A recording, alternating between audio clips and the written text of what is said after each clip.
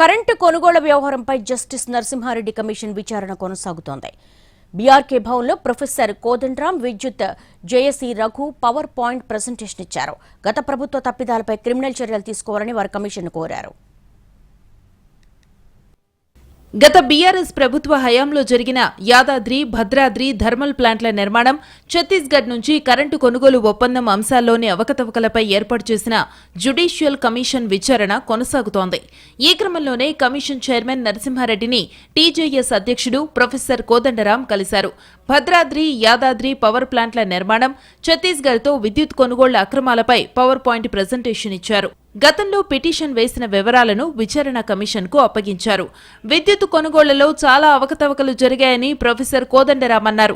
గత ప్రభుత్వం 81,000 కోట్ల అప్పుల పాలు చేసిందని ఆయన ఆరోపించారు. తెలంగాణ చీకటవుతుందంటూ కేసీఆర్ 1,000 కోట్ల రూపాయలు నష్టం చేశారని ఆరోపించారు కోదండరాం. కేంద్రం చెప్పినా వినకుండా ఛత్తీస్గఢ్తో ఒప్పందాలు చేసుకున్నారని ఆయన విమర్శించారు. ఇంత తొందరపాటులో మీరు ఆ ఎంఓయూ చేయవలసినటువంటి అవసరం లేదు. అప్పటికి కేంద్ర ప్రభుత్వం చెప్తూనే ఉంది 4-4.5 రూపాయలతో మేము మీకు కరెంటు సప్లై చేయగలమని. వాటన్నింటినీ బేఖాతరు చేస్తూ వాళ్ళ ఈ సరఫరా చేయటం అనేది సమంజసం కాదు. ఇది ఏమాత్రం కూడా సమర్థనీయం కాదు. అనవసరంగా ప్రజల నెత్తిన నష్టాలను రుద్దినం.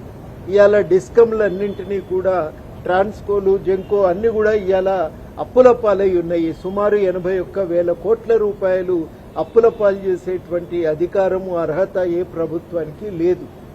కమిషన్ ఎదుట హాజరైన విద్యుత్ రంగ నిపుణులు రఘు కరెంటు కొనుగోళ్లపై పలు కీలక అంశాలను ప్రస్తావించారు. ఛత్తీస్గఢ్ ఒప్పందాలు, భద్రాద్రి, యాదాద్రి అంశాలపై తమ దగ్గర ఉన్న సమాచారాన్ని విచారణ కమిషన్కు అందజేశామన్నారు. బహిరంగ మార్కెట్లో విద్యుత్ కొనుగోలు వల్ల 2,000 కోట్ల రూపాయల అదనపు భారం పడిందన్నారు రఘు. ఛత్తీస్గఢ్తో చేసుకున్న పీపీఏలకు ఇంతవరకు ఆమోదం లభించలేదన్నారు. భద్రాద్రి పవర్ ప్లాంట్ను నామినేషన్ పద్ధతిలో బీహెచ్ఈఎల్కు అప్పగించారని రఘు చెప్పుకొచ్చారు. 1000 మెగావాట్లకు సంబంధించి ఏ పవర్ ప్లాంట్ నుంచి విద్యుత్ వస్తుంది, దానికి ఫ్యూయల్ ఏంటి, ఎక్కడ దానికి అయ్యే ఖర్చు ఎంత, క్యాపిటల్ కాస్ట్ ఎంత, ఏ వివరాలు లేకుండానే మన తెలంగాణ రాష్ట్రం అప్పట్లో అదనపు 1000 మెగావాట్లకు ఒప్పందం చేసుకుంది.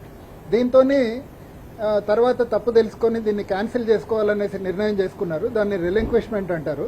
ఈ అదనపు 1000 మెగావాట్ల కారిడార్ను క్యాన్సిల్ చేసుకోవడానికి పీజీసీఎల్కి అప్లై చేస్తే వాళ్ళు 261 కోట్ల రూపాయలు రిలింక్విష్మెంట్ ఛార్జెస్ కింద వాళ్ళు వేశారు. అయితే మనం ఇంతవరకు ఈ ఛార్జెస్ మనం కట్టలేదు. కాకపోతే సెంట్రల్ ఎలక్ట్రిసిటీ రెగ్యులేటరీ కమిషన్ ముందు ఈ కేసు నడుస్తుంది.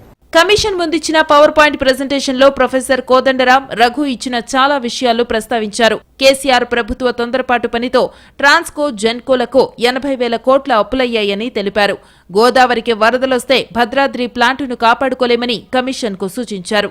ఎలాంటి తప్పిదాలకు, క్రిమినల్ చర్యలకు వెనకాడకూడదని వారు సూచించారు.